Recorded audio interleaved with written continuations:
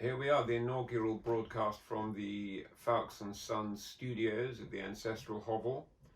And I'd like to really talk about cigars with Maximilian, master of Havanas. I am his son, my father's son, that is I. And why didn't you bring a copy of my cigar book over? Oh, where's that? Where's that? I forgot to Oh, bring here we go. some Maybe shameless... we could plug Time Tamed as well. Maybe we do that Maybe another time. Automata too. Yeah, no, let's do this. Yeah, that's the one. So there we are. I'm the author of this book, Cigars a Guide. And today we're going to have a look at the San Cristobal de la Habana, El Principe. Max, what are your thoughts on the Principe? I think it's a great cigar and a light to medium bodied blend. It's a very underrated brand. It's still relatively young in the grand scheme of things. It's 21 years. Yeah, first introduced in 1999, exactly. There were 4 original sizes, I believe, named after all the turrets. I think all the forts, yes, to defend Havana. A few sizes have later been released, like the famous Torreon. The Torreon in the jar that looks like nothing quite like anything, actually, I don't think I've ever seen before. If you imagine the rook from a game of chess, yes, it magnified in size considerably and rendered in ceramic with a detachable lid and detachable ashtray. There you go, exactly. You get the idea. And a rubber seal, we can't forget the rubber seal, and seal also well. the delicate illustration on the front. That, for my money, is one of the greatest cigars around at the moment. It is very good. But the Principe is a sort of perfect kind of multi-purpose cigar, really, isn't it? Yes, it's at a very approachable size. What is the size? What is the Vitola de Galera? Minuto. Which is in what I used to understand it? With Tre Petit Corona or something? Something along those lines. I mean, there's Perla and Minuto, which are both very similar in size. Minuto is a tad wider and a tad longer. I think the Partia Short is a Minuto or something. Partia Short, another great cigar. One of my great favourites in cabinets of 50, nothing like it. There we go, exactly. You say it's going to draw, Max? Yeah. Well, I've picked examples from the box, which are to my liking. Which are, I know Max likes a thinner cigar, but not quite as soft. I like to be able to almost fold them in half. Yes, exactly. So I probably picked the wrong cigar for my father. This one you can fold in half more easily than. Well, I will give this one a go. Seeing as it's your. I mean, we are in Cuban territory here, so if it doesn't draw, it's almost expected sometimes. Well, it's part of the fun, really, isn't it? Yes, exactly. And it gives you choice. It gives you choice. There we go. There you go. Perfect. The marvel of the You've got the wind. That's the thing. So yes, we have to watch from out the studios here. The studios at the ancestral hovel are not the best. They say it's always best to toast the end of the cigar, but in these conditions, I think it might need. In these extreme climates, in these, we must be. Are we correctly? Yeah. Well, I mean, it seems to be dancing in the wind. Let's see.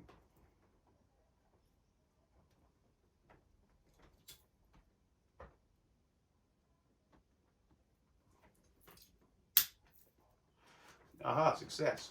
Mine's not bad at all, actually. Is it drawing? Do you want to use my... Yeah, I think you use that one. If you protect it with the... There you go. Look at that. Perfect. I'm immediately...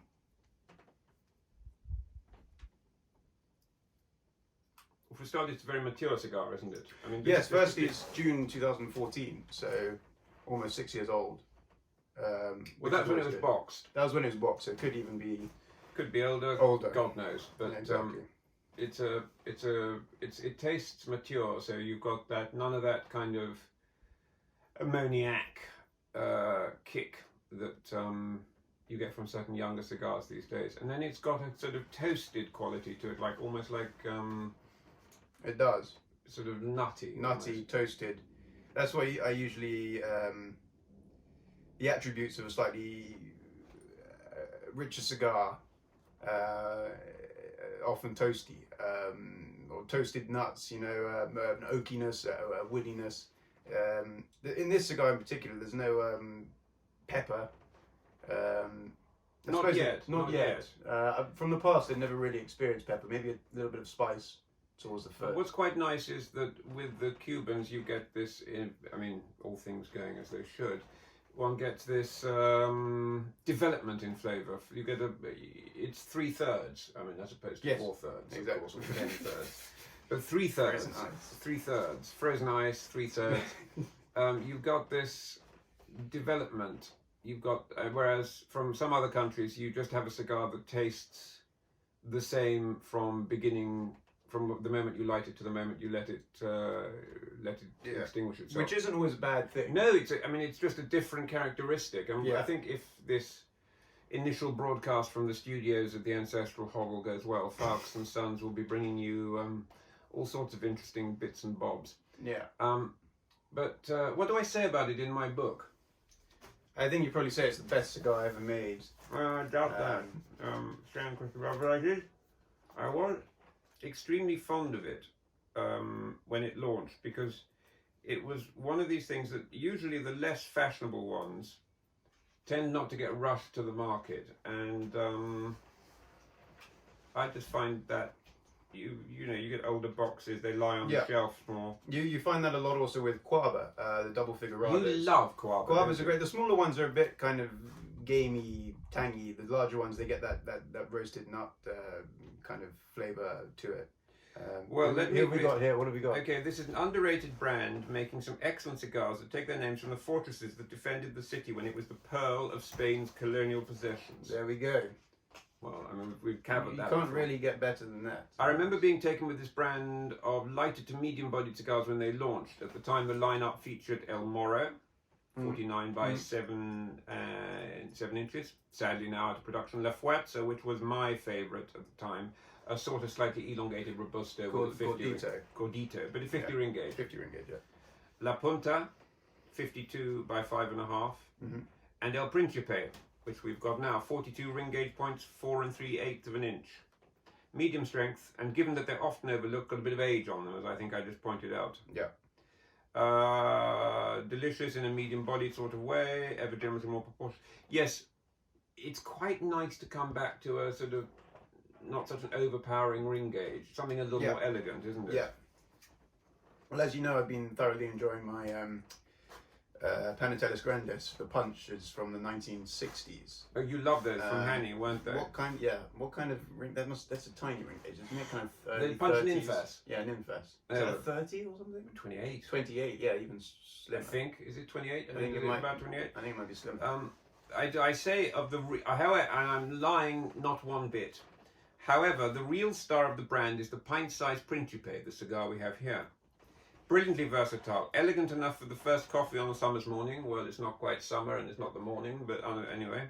And yet with just sufficient flavour to justify post-prandial use. I had a light snack before. There we go. Yeah. And I had quite a large lunch, and it's still not affecting the flavour. It's not so mild that you miss out on flavour if you eat too heavily previously. I think for me, I'm getting a bit of saltiness now.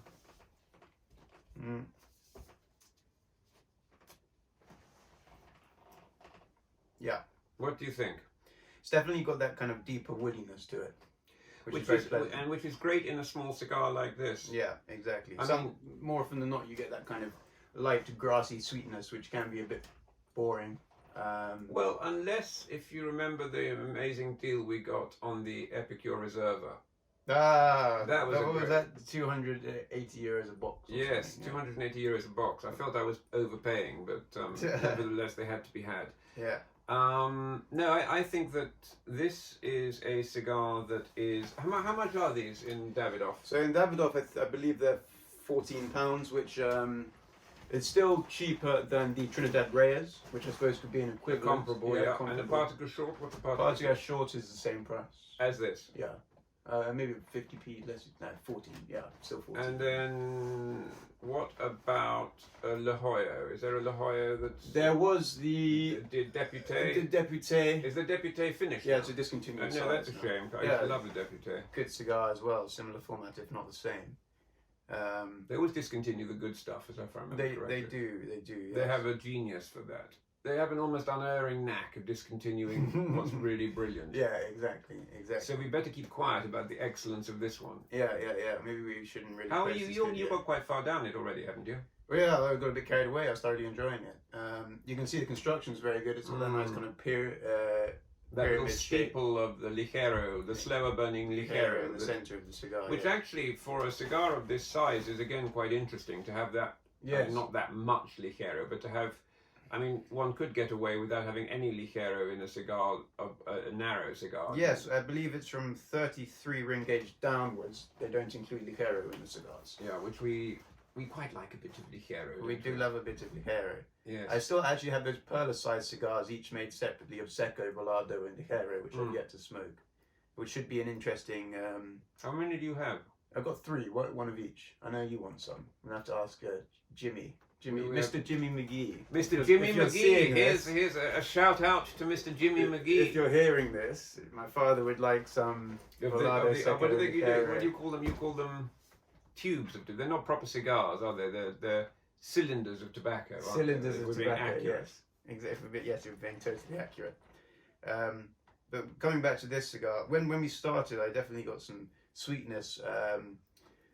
But saltiness as well, which is very pleasant sometimes, and instantly I started enjoying the cigar. Sometimes you can light up a cigar the first third you really don't enjoy, and you're almost encouraged to stop it due to that. But then if you continue, you'll always reach the second and the third as opposed to the third, as opposed to the fourth third, as opposed to the fourth third, which can be much tastier than the original. Third of the cigar. Gosh, what an insight we're giving our viewer. There we go. Exactly, yeah. A solitary viewer. And if Alberto were to be here, what would Alberto say about this cigar? Well, he'd be talking first as to how Christopher Columbus discovered Cuba in 1492. How he saw the Indians smoking the tobacco leaves. The Taínos, or yes, exactly. Native Cubans, yes. Then we'd probably move on to the amount of moisture in the cigar relative to the tobacco. Now, does he like a slightly moister cigar? No, he just liked regular 68 to 72. You see, I wouldn't mind this. I wouldn't mind it. You know, I like them quite damn. And one thing, Mr. Sahakian enjoys them on the drier side, doesn't he? He'll take them out of the humidor and dry them off for, maybe even a day, 2. But they soften up, honestly, with when you set fire to them. Something that does appear to be almost like a pencil in terms of rigidity softens up very quickly. It does. And again, I've got a great even burn here. The striated ash, not the most attractive. The striated ash. Well, it is. I mean, it's very pleasing to look at. It forms a great. Yeah. I mean, these are proper nice cigars, and they've got a bit slightly of a box press silhouette. Not really. You've got a slight corner on one of them. There. I've got a corner on one corner, which is. Yours is a slightly nicer colour than mine, I think, too. Yours is slightly richer. Let's have a look. There we go. They're quite mine's slightly oilier wrapper. Yes. Yes.